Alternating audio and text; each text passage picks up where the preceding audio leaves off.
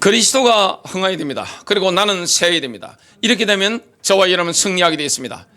누구나 어뜸이 되기를 원합니다. 여러분 달리기 경기를 하는 걸 보면 모든 스포트라이트를 누가 받습니까? 제일 먼저 있는 사람이 받습니다. 2등이라는 것은 별로 의미가 없기 때문에 제일 앞에 있는 사람이 모든 스포트라이트를 다 받습니다. 그래서 누구나 1등이 되고 싶어 합니다. 하나님 나라의 1등이 되는 사람이 누군가? 그래서 하나님 나라에 높이 올라가는 사람은 누군가? 하나님 나라에서 정말 귀하게 쓰임받는 사람, 머리로 쓰임받는 사람, 하나님 나라에서 정말 존귀하게 쓰임받는 사람, 나이가 들수록 무르익어가는 사람, 아름다워지는 사람. 여러분 하나님 나라에는요 1등이 늘 바뀔 수 있습니다. 어뜸이 늘 바뀔 수 있는 거예요. 포도원 품꾼 비유에 그것이 나옵니다. 이와 같이 나중된 자로서 먼저 되고 먼저 된 자로서 나중되리라. 하나님 나라에는요 1등이 늘 바뀔 수 있습니다. 교회 안에 보면 방금 제가 읽었던 마태복음 10장 16절은요 교회 오래 다니는 분들이 굉장히 부담스러워하는 본문입니다. 어떨 때는 이것 때문에 상처받습니다. 내가 교회를 오랫동안 다녔는데 성경에 대한 지식도 엄청 많은데 믿은 지 얼마 되지 않는 사람이 막 치고 나간단 말이죠. 그리고 다른 사람들로부터 존경을 받습니다. 하나님 나라에 쓰임받는 겁니다. 아름다워지니까 직장생활, 사업관계 속에서도 높이 올라갑니다. 남들이 볼 때 아름다우니까 이렇게 진취적으로 쓰임받는 것을 보게 됩니다. 교회에서도 인정받고 집에서도 인정받고 세상 사업관계 통해서도 남들로부터 존경받고 인정받는 사람으로 변해갑니다. 그러면 사람이 붙겠죠? 물질도 붙습니다. 그게 눈에 보입니다. 분명히 나보다 늦게 교회를 다니는데 그런 인물들이 일어납니다. 그 이유가 무엇일까요? 여러분 영적 성장이 중요한데 영적인 성장 여기에 첩경이 뭡니까? 바로 겸손입니다. 사람들이 제일 두려워하는 게 뭡니까? 여러분 노후 준비 가운데 가장 중요한 게 뭘까요? 저는 어른들을 모시고 살아보기도 하고 목회하면서 수많은 분들을 제가 겪었습니다. 노후 준비 가운데 가장 중요한 게 뭘까요? 아름다운 영혼입니다. 아름다운 영혼이 가장 중요하더라고요. 제가 모시고 살아보고 또 목회하면서 보니까 그 다음에 뭐냐? 몸의 근육이 너무 중요한 거예요.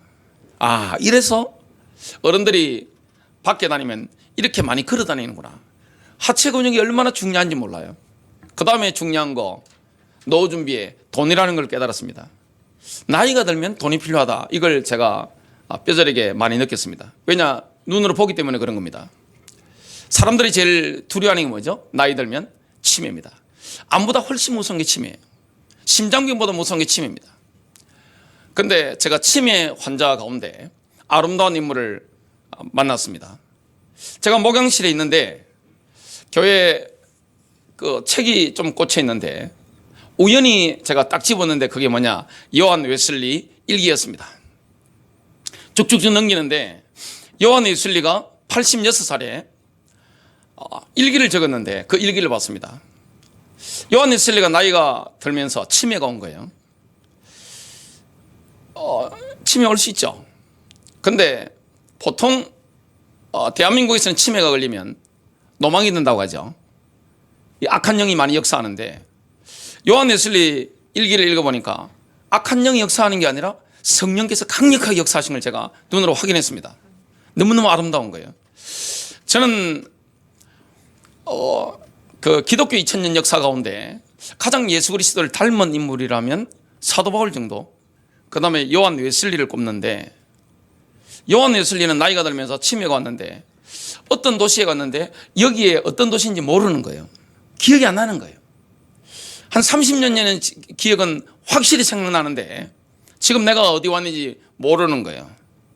근데 만민이 요한 웨슬리를 아름답다고 봤습니다. 기억력이 감퇴하는데 어디 왔는지도 잘 모르는데 요한 웨슬리가 설교하면 사람들이 그냥 녹아내리는 거예요. 그냥. 요한 웨슬리가 말씀 전할 때 이런 말이 있었습니다. 요한 웨슬리가 설교할 때는 나무 위에 올라가면 안 된다. 왜냐? 워낙 성령이 강히 역사하기 때문에 설교 듣다가 우리처럼 홀에서 듣는 게 아니잖아요. 야외에서 설교를 듣는데 나무 위에서 설교 듣다가 너무 감동이 돼가지고 떨어져 버리는 겁니다. 그래서 나무 위에 올라가면 안 된다. 치매가 걸렸는데도 그 수많은 조직들을 쫙 거느리면서 메시지를 하는 것을 제가 읽어보면서 참 그리스도 안에서 성숙한 사람, 성장된 사람, 영적인 진보가 멈추지 않은 사람은 이렇게 아름답구나, 이걸 느꼈습니다. 치매가 와도 아름다운 인물, 그 사람이 누굽니까? 바로 진정한 그리스도인들입니다. 오늘 어떻게 하면 내가 영적으로 성장할 것인가, 영적으로 진보할 것인가, 어떻게 하면 하나님 나라에서 내가 어떠므로 쓰임받을 것인가. 여러분, 하나님 나라에 어떠므로 쓰임받는다는 것은 하나님께서 인정하시고 다른 모든 사람이 인정하는 겁니다. 마음으로 다 굴복하는 거예요. 가정에서도 마음으로 굴복합니다. 교회에서도 다른 사람들이 마음으로 굴복합니다. 그러면 그 놀라운 인격 앞에 세상의 불신자들도 마음으로 굴복합니다. 예수님이 그랬습니다. 예수님을 가장 닮은 사람, 여러분, 영적으로 성장한다는 것은 예수 그리스도를 닮는 것인데 어떻게 하면 그렇게 될 것이냐. 첫 번째입니다. 하나님 나라에서 어뜸이 되고자 한다면 반드시 종이 되어야 됩니다. 이게 하나님 나라의 원리입니다. 여러분, 하나님 나라에 어뜸이 되는 사람은 교만하지 않아요. 굉장히 마음이 겸손합니다. 예수님께서 전도팀을 데리고 지금 6월절을 지키기 위해서 예루살렘에 도착하셨는데 그 당시에 하나님 나라에서 귀한 자매가 아들 둘을 데리고 찾아온 겁니다. 그 이름이 누구냐면 세베대의 와이프라고 나오는데 살로메입니다. 저는 이 야고보와 요한의 어머니 살로메, 참 성경에 너무나 아름다운 여인 중에 한 분이다, 그렇게 생각을 합니다. 성경에 보면 예수님의 육신적인 어머니였던 마리아, 또 이 살로메 같은 이 여자분들은 너무너무 고귀한 분이고 아름다운 분이에요. 재산이 많았기 때문에 본인의 재산을 가지고 예수님께서 제자들과 함께 순회사역을 하시기 때문에, 예수님은 한 군데 목회하신 분이 아니에요. 유대 전역을, 특히 갈릴리 중심으로 순회사역을 쫙 하시는데 그게 팀들이 움직이니까 돈이 얼마나 듭니까? 그 돈을 후긴했던 여인 가운데 한 사람입니다. 그리고 아들 둘을 예수님께서 사역하시는데, 하나님 나라 확장하는데 제자로 이렇게 쓰임받을 수 있도록 헌신한 인물입니다. 자기 재산 나눴죠. 그리고 아들 둘을 갖다 바쳤죠. 자기 목숨도 내놓은 겁니다. 너무너무 고귀한 여인인데 와서 뭘 유발시킵니까? 권력투쟁을 유발시키는 겁니다. 중요한 이런 요청을 하게 됩니다. 여러분, 지구상 어느 나라나 자식 사랑은 각별합니다. 어느 민족이나 다 똑같아요.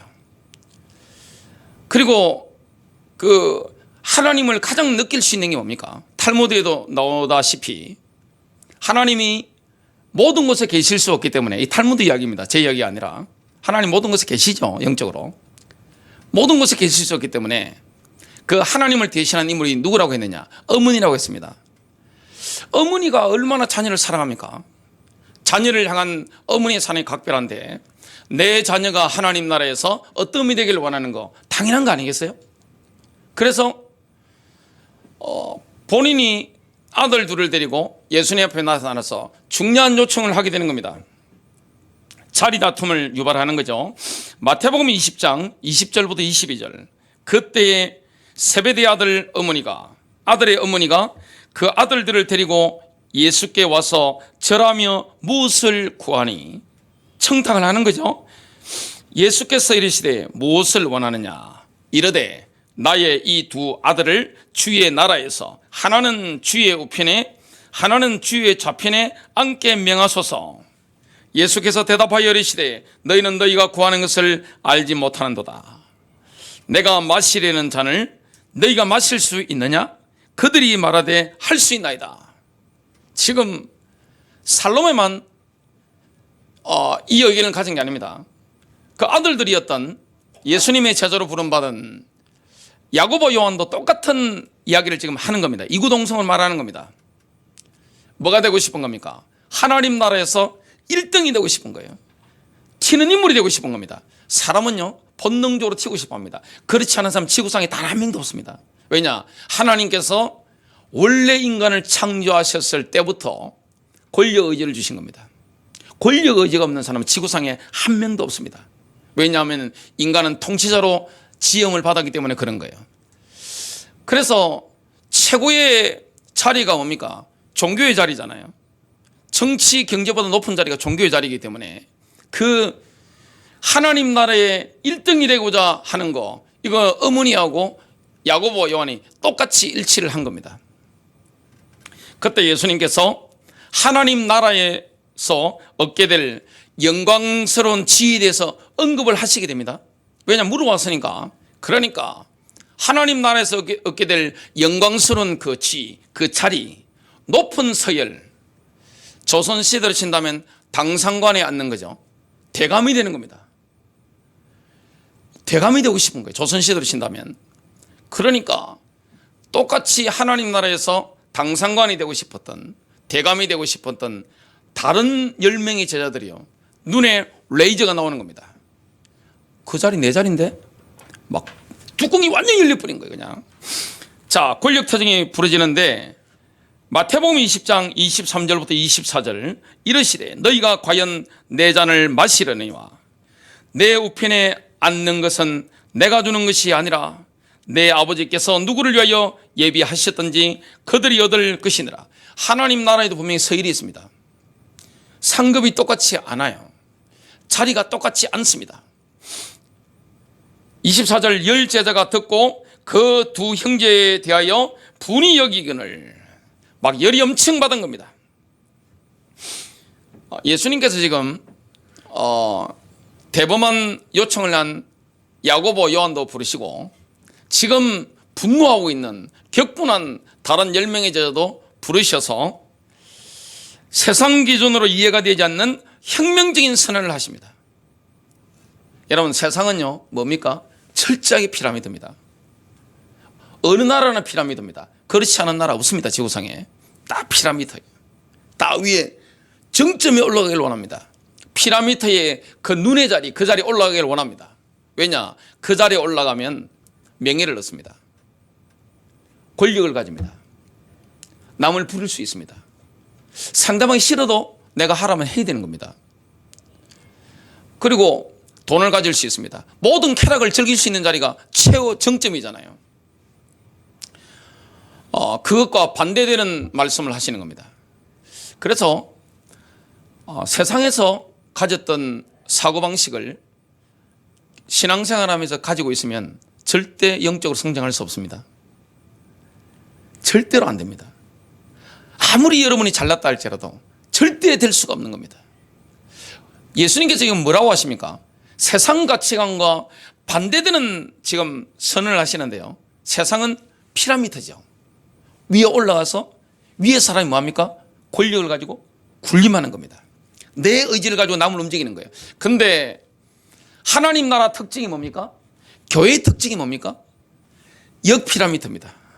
피라미드가 거꾸로 되어 있습니다. 하나님 나라에 어떤 믿는 사람은 어디가 있는 겁니까? 피라미드의 정점에 있는 것이 아니라 역피라미드의 제일 밑에 있는 겁니다. 예수님께서 그 말씀을 하십니다. 마태복음 20장 25절부터 27절 예수께서 제자들을 불러다가 이르시되 이방인의 집권자들이 그들을 임의로 주관하고 백성이 군림한다는 말씀입니다. 그 고관들이 그들에게 권세를 부리는 줄을 너희가 알거니와. 여러분, 하라면 해야 되는 겁니다. 권력자가. 지금 로마 시대에 로마 제국이 압제를 당하고 있습니다. 유대인들이 세금 바치고 싶어 바치는 게 아니에요. 권력자들이 움직이는데 하라면 해야 되는 겁니다. 싫어도. 그걸 보고 경험하고 있습니다. 26절입니다. 너희 중에는 그렇지 않아야 하나니 너희 중에 누구든지 크고자 하는 자는 너희를 섬기는 자가 되고 너희 중에 누구든지 어뜸이 되고자 하는 자는 너희의 종이 되어야 하리라. 사실 하나님 나라에 인정받는 사람, 여러분 교회에서 인정받는 사람은 정상적으로 하면 세상 나가면 존경받아야 됩니다. 교회에서 인정받을 수 있는 자리에 있는 사람, 세상 나가면 완전 존경받아야 됩니다. 그게 정상인데, 요한 웨슬리 시대 때 감리교인들이 뜨겁게 신앙생활을 하면서 하나님 말씀으로 거룩해지니까 담보가 필요 없었다고 안 합니까? 돈을 빌리는데. 여러분, 한국교회 지금 목사로서 제가 가서 은행 거래를 해보잖아요. 통장 하나 만드는데 제가 6번 이렇게 왔다 갔다 했습니다. 끔찍하더라고요. 그리고 여러분, 교회 장로라고 하고 은행 가서 그냥 담보 없이 돈 빌려주면 내가 갚겠다 한번 해보시기 바랍니다. 그 사람들 어떻게 하겠습니까? 그냥 어이가 없어서 웃겠죠. 근데 정상적으로 교회의 지도자는요, 존경받는 사람을 세웠기 때문에 가정에서도 인정받고 교회에서도 인정받고 세상에서도 인정받는 겁니다. 리더가 되는 겁니다. 그래서 초대교회 때는 직분자를 이렇게 뽑을 때 교회 장로, 목사, 또 집사 이렇게 선출할 때, 하나님이 인도하실 때 제일 본 게 뭡니까? 가정생활이었습니다. 가정생활에 문제가 있으면 교회 직분자는 될 수 없었습니다. 그건 초대교회 때 불가능한 일이었습니다. 왜냐하면 교회 직분자가 된다는 것은 뭐합니까? 그야말로 교회를 대변하는 거죠. 예수님을 만나려면 누구를 만나면 됩니까? 저를 만나면 되는 겁니다. 여러분, 예수 그리스도를 만나려면 누구를 만나면 됩니까? 선한목자교회 직분자를 만나면 되는 겁니다. 만나보니까 예수님하고 사상이 똑같단 말이죠. 예수님하고 아름다운 거예요. 나이가 들어갈수록 존경스러운 거예요. 무르익어가는 겁니다. 그 향기가 너무 좋은 거예요. 그 색깔 자체가 너무너무 아름다운 거예요. 굉장히 맑은 겁니다. 같이 있으면 너무너무 좋은 거예요. 마음으로 이 우러나오는 존경심이 막 올라오는 겁니다. 초대교회 성도들이 다 그랬습니다. 예수님 뭐라고 말씀하는 겁니까? 하나님 나라의 권력자는 어뜸이 되는 사람은 군림하는 사람이 아니다. 권력이라는 것은 뭡니까? 상대방이 싫다고 하는데도 강요할 수 있는 게 권력입니다. 근데 하나님 나라의 특징이 뭡니까? 내가 생기는 겁니다. 종이 되는 겁니다. 이게 얼마나 아름다운 겁니까? 마음에 교만하는 것이 전혀 없단 말이죠. 영적으로 굉장한 진보가 있습니다. 두 번째입니다. 사도 바울은 자신이 약할수록 하나님의 능력을 더 많이 받을 것이기 때문에 자신의 약함과 공경을 기뻐했습니다. 역설이죠. 여러분, 내가 육신적으로 약할수록 내가 영적으로 더 강력해지는 겁니다. 그것 때문에 내가 육신적으로 약한 거, 내가 십자가가 있는 거, 고달픈 인생이 있는 거, 이것이 기쁨이 되는 거예요. 바울이 복음과 교회에 관한 지극히 위대한 계시를 받았기 때문에 하나님께서는 바울의 육체에 사단의 가시를 주신 겁니다. 질병을 허락하신 거예요. 여러분, 사람이 제일 힘든 게 뭡니까? 저는 남 안 걸린 것보다 제 감기 걸린 게 더 힘들더라고요. 저는 남 심장병 걸려가지고 힘들어하는 것보다 코로나 걸리는 거 더 힘들더만요. 너무너무 힘들어요. 그 인간의 그 심리 아니겠어요? 사람이 몸이 한번 아파보세요. 너무너무 고통스럽습니다. 근데 지금 바울에게 있는 이 육신의 질병은 사단의 가시라는 표현을 하셨습니다. 너무너무 힘든 거예요. 어떤 신학자는 안질이다, 어떤 사람은 간질이다, 어떤 사람은 치질이다. 다 힘든 거죠. 정확하게 병명이 성경에 안 나옵니다만은 고칠 수 없는 거예요. 너무너무 힘든 거예요. 여러분, 저는 간질 환자를 신학교 가서 제일 처음 봤습니다. 간질한다, 얼마나 힘들겠어요? 안질이다, 눈이 보이지 않는다, 얼마나 힘들겠어요? 치질이다, 뭔지는 모릅니다. 징비록을 썼던 유승용 대감, 치질이 있으셨죠?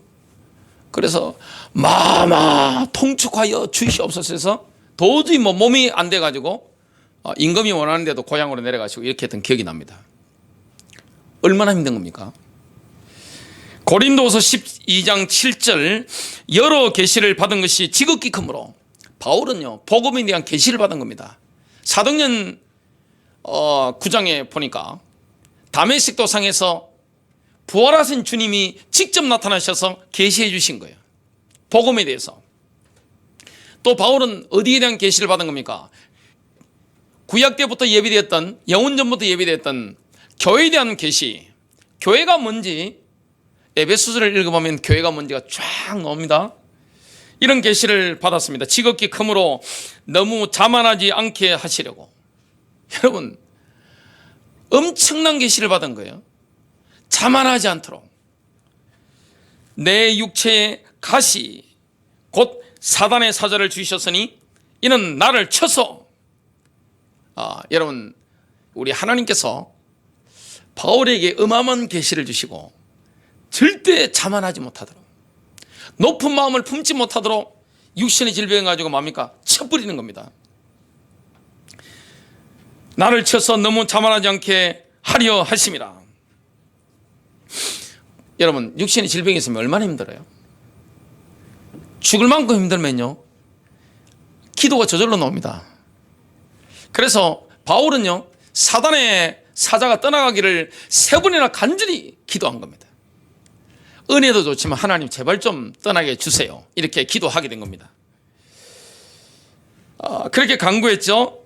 하나님께서는 그때마다 바울의 기도를 외면하셨습니다. 아니야, 필요한 거야. 아니, 바울이 간구할 정도면 얼마나 간절히 간구하겠습니까? 안 돼, 아니야, 필요해서 주는 거야 해서 딱 3번 구했는데 3번 다 하나님께서 어떻게 하셨느냐? 안 돼, 안 돼, 절대 안 돼, 이렇게 자르신 겁니다.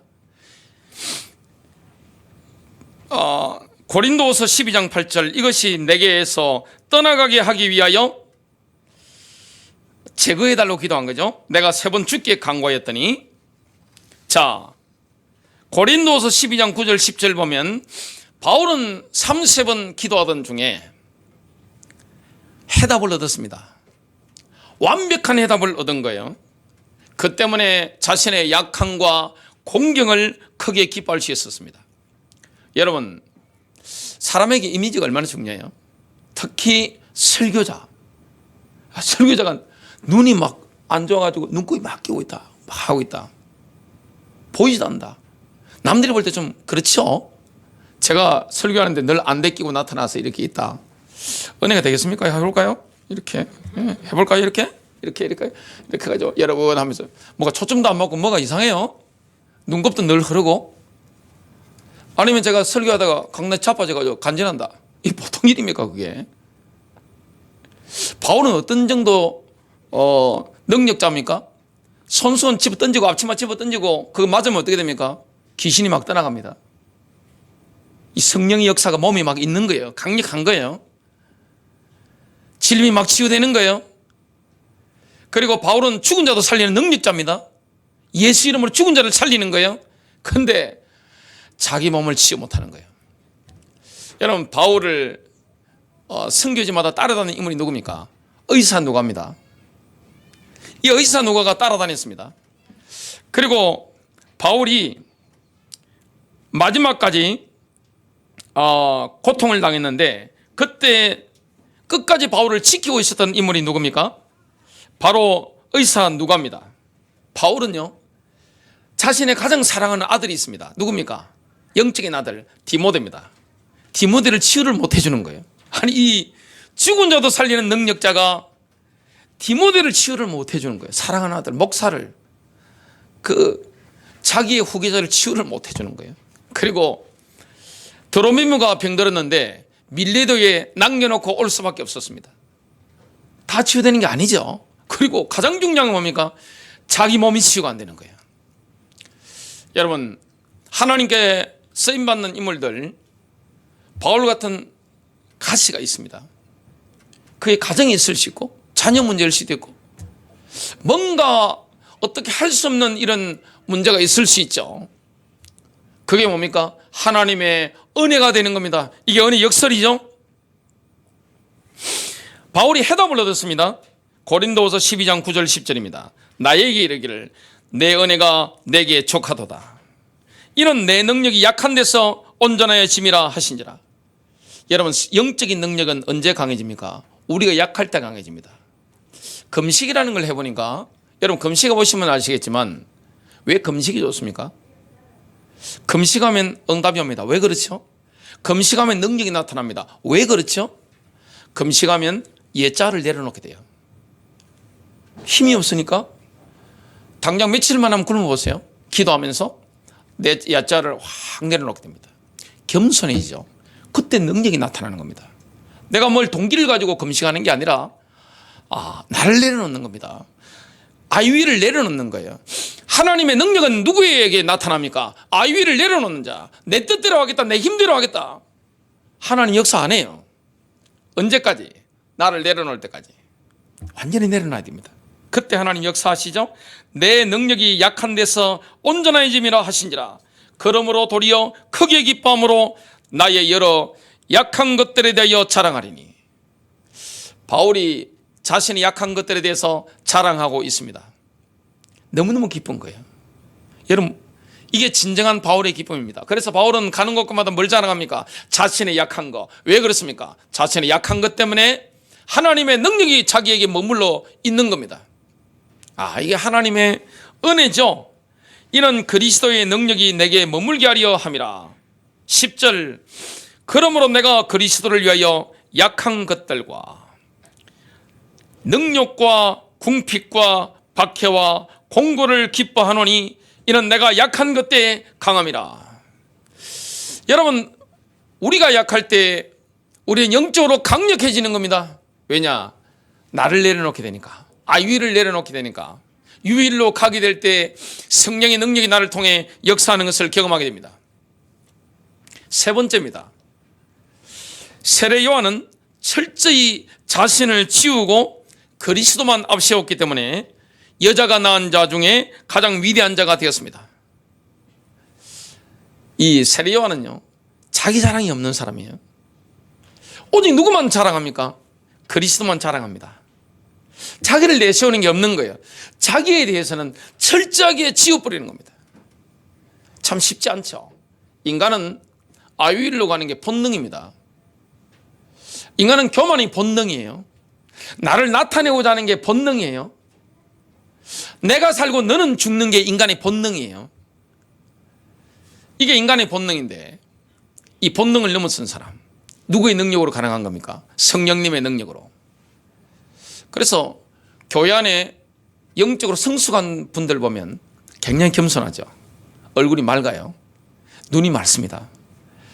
그리고 딱 쳐다만 봐도 너무너무 맑아요. 아름답죠, 색깔 자체가. 그분을 생각하면, 또 만나보면 너무너무 향기롭죠. 뭐가 나옵니까? 예수의 향기가 막 나오는 겁니다. 여러분이 86살 된 치매 환자인 요한 웨슬리를 만나서 잠깐 30분 동안 있는다. 뭘 느끼겠습니까? 너무너무 아름다운 거예요. 제가 요한 웨슬리 일기를 읽으면서 너무너무 아름다운 거예요. 야, 어떻게 인간이 이렇게 아름다울 수 있을까? 본인이 일기를 적은 건데 어떻게 글이 이렇게 아름다울 수 있을까? 야, 어떻게 이렇게 고귀할 수 있을까? 이 너무너무 참 귀하다, 이런 마음을 가지게 되죠. 그 아름다운 인물 중에 한 사람이 누굽니까? 바로 세례 요한입니다. 침례 요한이죠. 여러분, 세례 요한의 영향력이 대단했습니다. 그냥 전 유대 땅에 민심을 확 휘어잡은 사람이 누굽니까? 회개하라, 천국이 가깝다 하면서 민심을 확 휘어잡은 사람, 바로 침례 요한입니다. 사람들은요, 세례 요한이 메시아가 아닐까? 저 정도 같으면 그리스도 같은데, 이렇게 다 생각했습니다. 그리고 만일 세례 요한이 로마에 항거하는 반란을 일으켰다면 다 따라오는 거예요. 깃발 들고 합시다 하면, 선동하면 끝나는 겁니다. 그냥 나라 완전히 뒤집어지는 거예요. 근데 다 거부했습니다. 참 모든 초점을, 세례 요한은 모든 초점을, 자신에게로 향한 초점을 누구에게로 옮깁니까? 메시아께로 싹 옮깁니다. 나를 바라보지 말고 그리스도를 바라봐라, 이렇게 된 겁니다. 여러분, 예수님께서 공생애를 시작하신 이후에는 인기의 조류가 싹 바뀌는 겁니다. 인기의 조류가 쫙 세례 요한에게로 다 흘러오다가 그 조류가 갑자기 확 바뀌는 거예요. 누구에게로 흘러갑니까? 예수님께로 쫙 흘러가는 겁니다. 갑자기 세례 요한 주위에 사람들이 툭툭 떨어지는 거예요. 날마다 줄어드는 거예요. 따르던 사람 많은데 자꾸만 줄어드는 거예요. 근데 저쪽에 보니까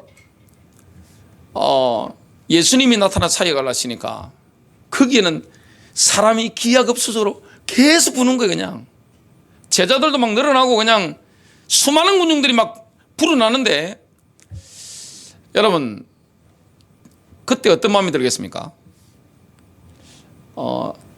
제가 고등학교 때 들은 이야기인데, 그 친구가 경상북도 청송군 진보면에서 그 아버님이 양복점을 하셨어요. 맞춤 양복점을 하시는데 친구가 이야기를 하더라고요. 양복점이 한 군데만 있는 게 아니잖아요. 그래서 본인 아버지 집에 양복점에 손님이 오는 게 아니라 옆에 가는 거 보면 그렇게 속이 편치 않다고 이야기를 했습니다.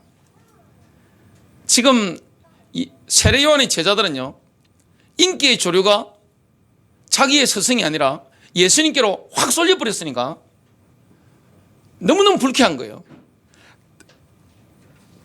참 난감한 거죠. 여러분, 예수님은 세례 요한의 지금 나이도 어린 거죠. 개월수로 따진다면 사촌 동생입니다. 그리고 예수님께서 사역하실 수 있도록 길을 터준 분이 누굽니까? 바로 세례 요한이에요. 근데 지금 예수님이 후발주자인데 치고 나버린단 말이죠. 비교가 안 되는 거예요. 그때 이 세례 요한의 제자들은 그 보고를 했습니다. 사람들이 예수님께로 다 갑니다. 큰일 났다는 식으로 이야기합니다. 그러니까 세례 요한의 제자들은 세례 요한이 굉장히 실망해서 부정적인 반응을 보일 걸로 예상했습니다. 근데 그 예상은 완전히 빗나갑니다. 이 세례 요한은 제자들의 터뜨리는 불만에 전혀 공감하지 않은 겁니다. 세례 요한은 예수님을 신랑으로 묘사하고 있습니다. 세례 요한은 자신을 신랑의 친구로 묘사하고 있습니다. 요한복음 3장 28절부터 29절입니다. 내가 말한 바 나는 그리스도가 아니요 그의 앞에 보내심을 받은 자라고 한 것을 정언할 자는 너희니라. 신부를 취하는 자는 신랑이나 서서 신랑의 음성을 듣는 친구가 크게 기뻐하나니 나는 이러한 기쁨으로 충만하였노라. 자기는 기쁘다는 겁니다. 자기를 완전히 지우고 그리스도가 높아지는 거, 이게 너무 기쁘다는 거예요. 세례 요한의 생애의 좌문이 뭡니까? 바로 요한복음 3장 30절입니다. 그는 흥하여야 하겠고 나는 쇠하여야 하리라 하니라. 그분은 커져야만 하고 나는 감소되어야만 한다. 여러분, 결론을 맺도록 하겠습니다. 누구나 하나님 나라에서 으뜸이 되고 싶어 합니다. 여러분, 교회 안에 권력의지가 굉장히 강합니다. 다 본인이 교회 안에 으뜸이 되길 원합니다. 하나님 나라 으뜸이 되길 원합니다. 아니면 나의 배우자가 으뜸이 되길 원합니다. 근데 그게 마음대로 안 됩니다. 여러분, 인격이 드러나는 데가 어디입니까? 가정과 교회입니다. 가정에서는 인격이 드러납니다. 세상에서는 돈만 벌면 되지만 가정에서는 자신의 인격 자체가 완전히 오픈되는 데입니다. 교회에서도 신앙생활하면서 이 부딪히다 보면 인격이 드러나는 거죠. 그래서 교회 안에서도 누가 어떻다 누가 어떻다 알까요 모를까요? 다 압니다. 서로가 깊이 있게 보기 때문에 보고 다 압니다. 여기서 인정받는 사람은 세상에서 인정받을 수밖에 없습니다. 하나님 나라의 으뜸이 되는 사람, 종이 되어야 됩니다. 승리하시길 바랍니다.